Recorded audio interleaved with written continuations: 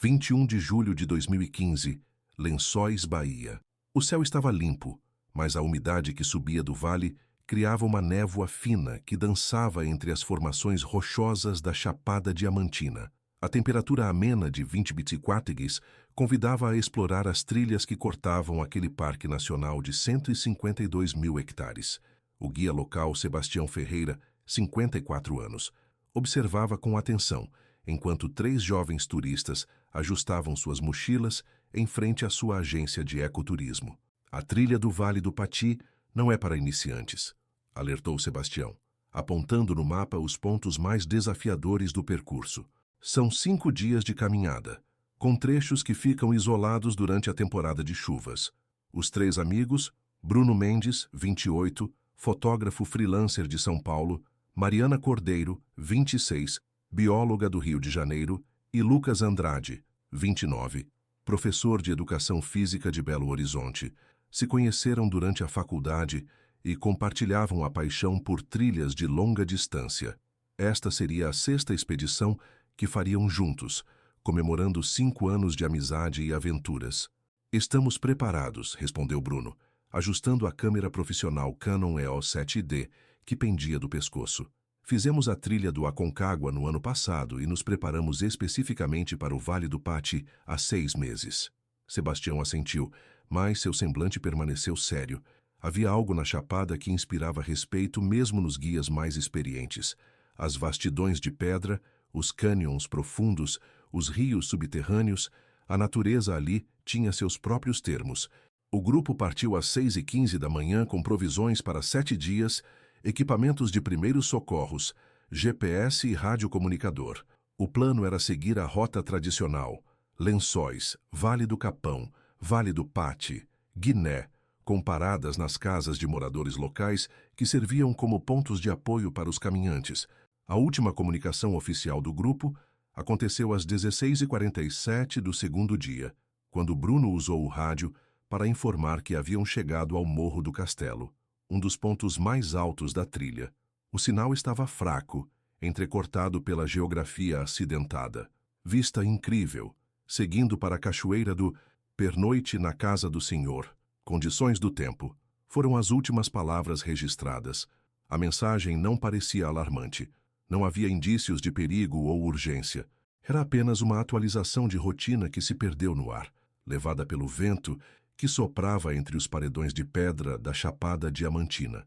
Ninguém notou o silêncio nas 24 horas seguintes. Era comum perder o sinal em determinados trechos do percurso. Foi somente quando não apareceram no ponto de encontro com outro grupo, no 3º dia, que os primeiros sinais de preocupação começaram a surgir.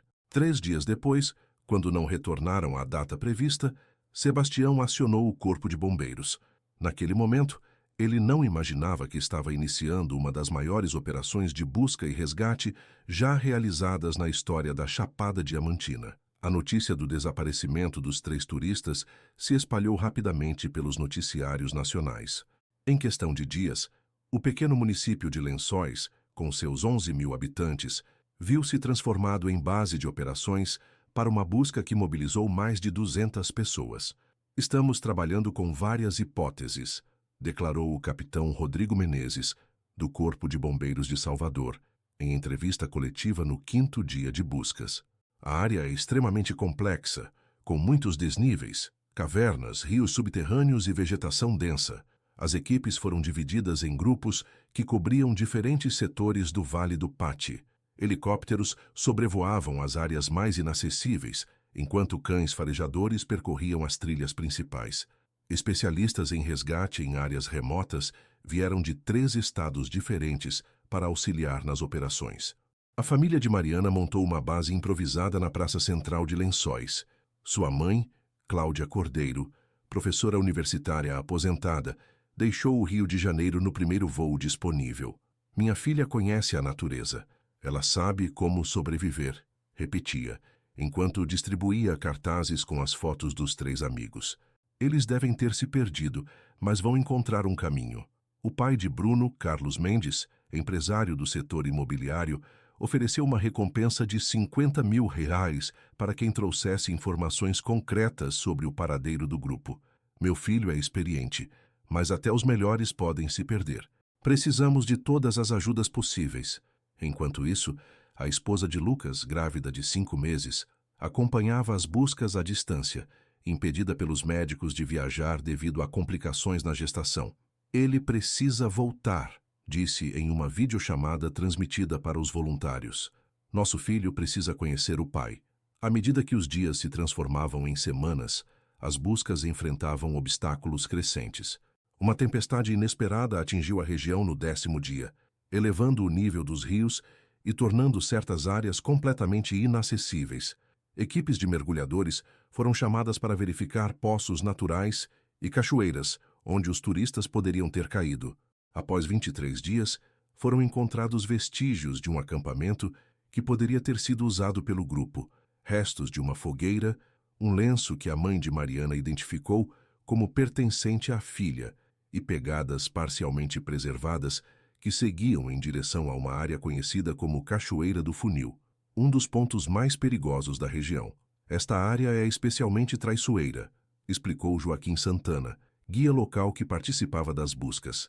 Ou quando chove nas nascentes, o volume de água pode aumentar repentinamente, criando corredeiras violentas.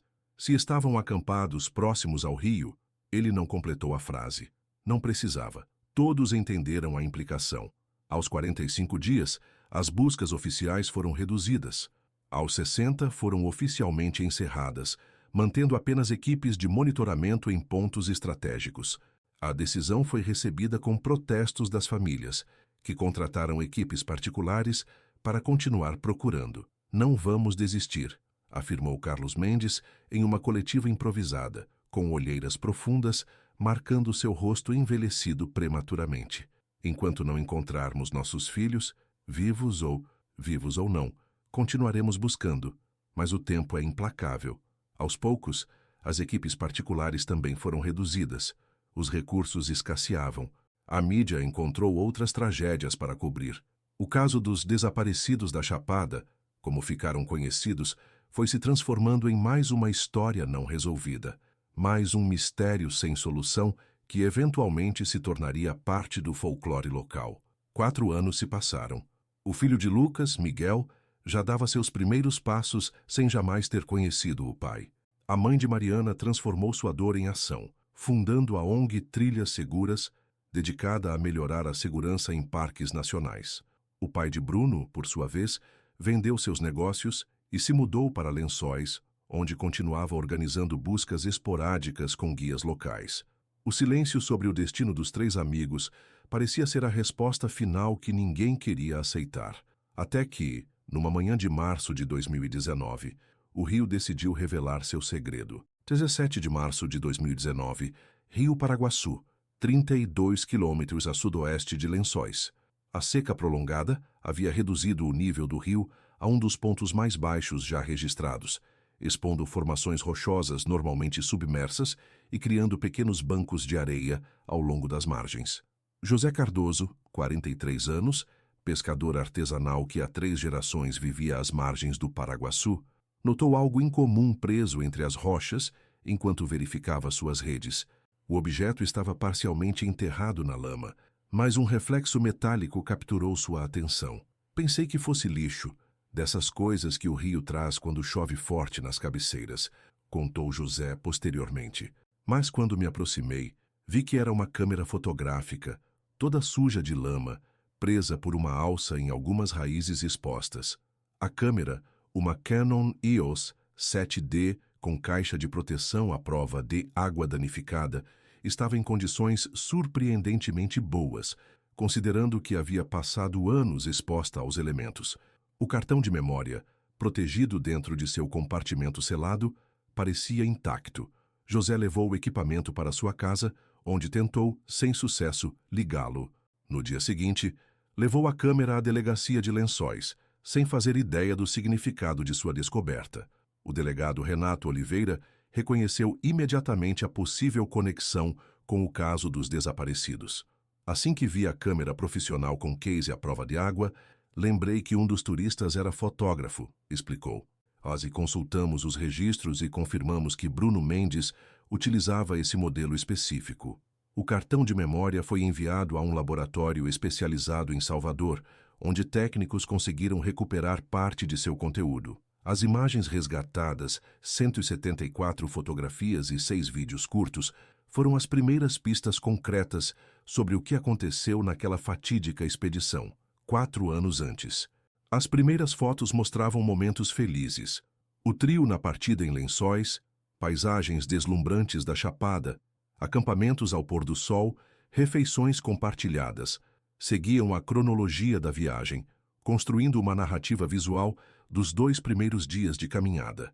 As últimas imagens, no entanto, contavam uma história diferente.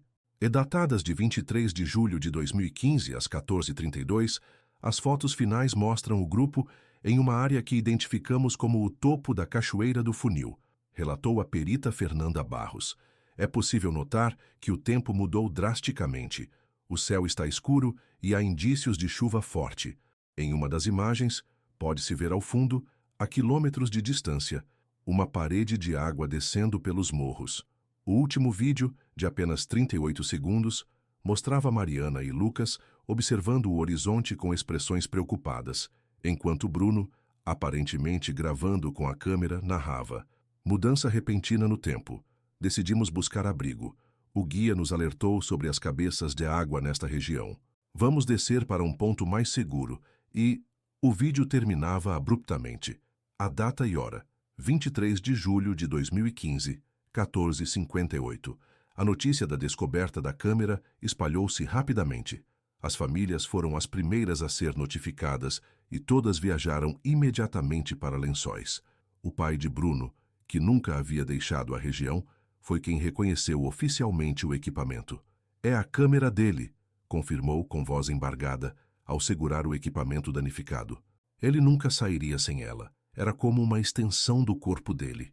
As autoridades montaram uma força-tarefa para analisar as novas evidências e revisitar a área específica mostrada nas últimas fotos. A descoberta da câmera reacendeu as esperanças de encontrar respostas, mas também confirmou os piores temores. Algo catastrófico havia acontecido naquele dia de julho de 2015. O mistério, no entanto, estava longe de ser resolvido. A câmera havia sido encontrada a mais de 30 quilômetros do último local conhecido do grupo. Como ela chegou até lá? E, mais importante, o que aconteceu com Bruno, Mariana e Lucas após aquele último vídeo interrompido? A descoberta da câmera mobilizou uma nova operação de busca, desta vez com um foco muito mais específico. As últimas imagens recuperadas forneceram coordenadas precisas do local onde o grupo esteve antes de desaparecer, uma área próxima à Cachoeira do Funil que não havia sido extensivamente vasculhada durante as buscas originais. Joaquim Santana, o guia que havia alertado sobre os perigos daquela região anos antes, liderou a nova expedição. Aos 72 anos, conhecia a Chapada como a palma de sua mão. E quando vi as fotos, entendi imediatamente o que pode ter acontecido, disse ele enquanto guiava a equipe composta por bombeiros, policiais e voluntários. Em 29 de março de 2019, 12 dias após a descoberta da câmera, a equipe chegou ao local exato onde as últimas fotos foram tiradas. A paisagem combinava perfeitamente com as imagens recuperadas. O mesmo ângulo do paredão rochoso, a mesma formação distintiva ao fundo. Foi Joaquim quem encontrou a primeira evidência física. Um mosquetão de escalada, preso a uma fenda na rocha, cerca de 80 metros acima do nível normal do rio. O equipamento estava oxidado, mas a marca ainda era visível, o mesmo modelo que Lucas carregava em sua mochila, conforme inventário feito antes da partida. Eles tentaram se proteger subindo, concluiu Joaquim, examinando a formação rochosa.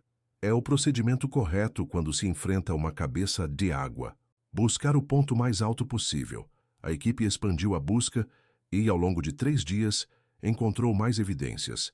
Restos de uma mochila presa entre pedras, um tênis identificado como pertencente a Mariana e fragmentos de equipamentos de camping espalhados por uma área de aproximadamente 200 metros quadrados.